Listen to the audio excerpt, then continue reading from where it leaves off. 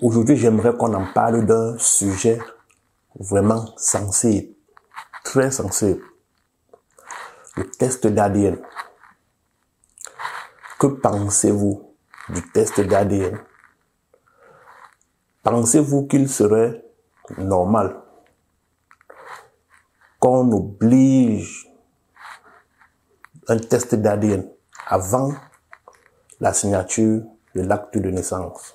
Je repose la question. Serait-il normal qu'on oblige aux hommes de faire un test d'ADN avant la signature de l'acte de naissance?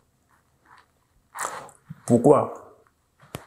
Parce que nous le savons tous, plusieurs hommes là d'ailleurs élèvent, éduquent, financent des enfants qui ne sont pas le leur sans même savoir. Il y a la différence entre s'occuper d'un enfant dont tu sais que cet enfant biologiquement n'est pas le mien et s'occuper d'un enfant dont tu penses que c'est ton enfant et pourtant au fond, c'est pas ton enfant.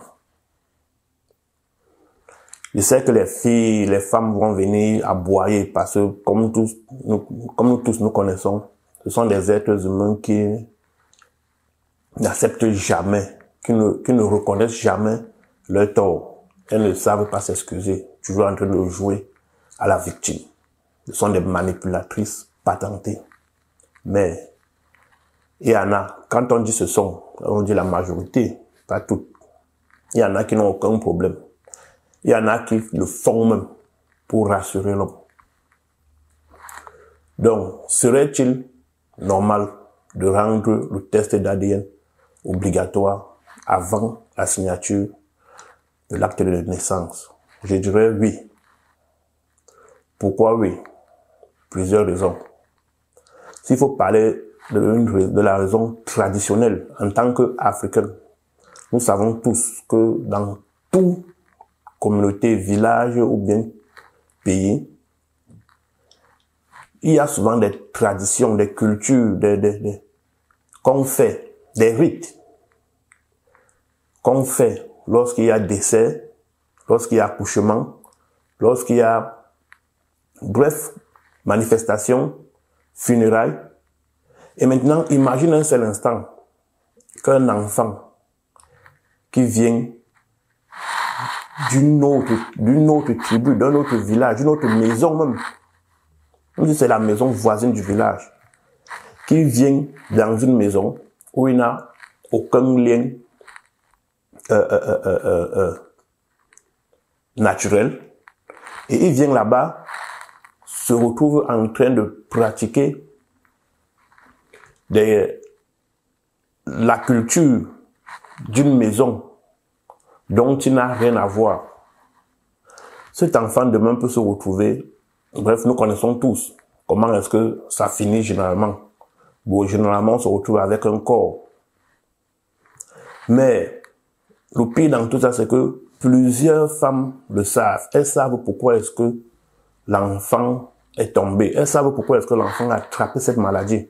Elles savent pourquoi. Mais parce qu'elle avait déjà gardé ce secret machiavélique, elle préfère mourir avec.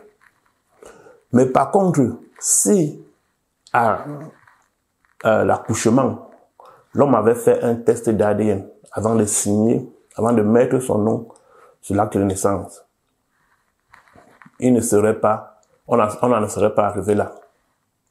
L'homme aurait su que cet enfant n'est pas le mien.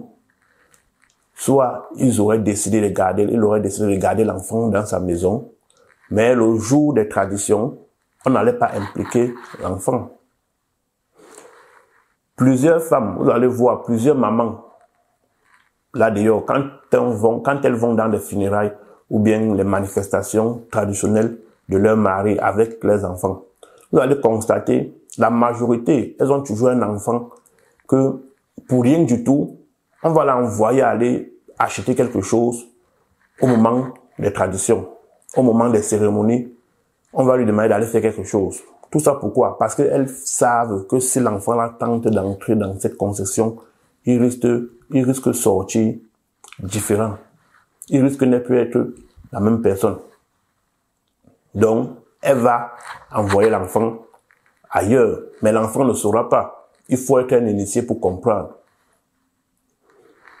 Maintenant, s'il faut parler même sur le plan matériel, imagine un seul instant que tu finis de travailler, tu prends ta retraite, demain tu es sur le point de retourner, tu es sur le point de transit et aller te reposer définitivement.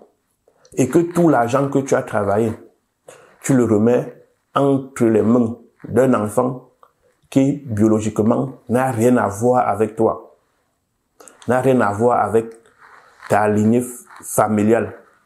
Tu le remets tout simplement parce que une femme a voulu se faire plaisir il y a de cela 30 ans, 20 ans, 25 ans.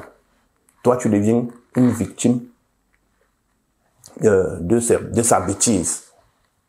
Si elle refuse de faire le test d'ADN, faites-le même en cachette. Et plus tard, une fois que vous avez des résultats, qu'ils soient positifs ou négatifs, faudrait lui faire comprendre que vous l'avez fait. Et si c'est qu'elle dit que bon, ok, comme tu as fait le test d'ADN, ça veut dire que tu ne me fais pas confiance et je vais partir. Cela veut dire que ce n'était pas votre épouse. Arrêtez de financer, travailler dur pour investir sur la progéniture de quelqu'un d'autre. C'est pas de votre faute si elle a porté ses pieds et allé se faire, il ne sait pas trop, c'est pas de votre faute si elle a décidé d'aller prendre l'enfant chez le voisin. Ça, c'est pas de votre faute. Ne soyez pas si naïfs. Arrêtez de jouer au portron dans votre couple.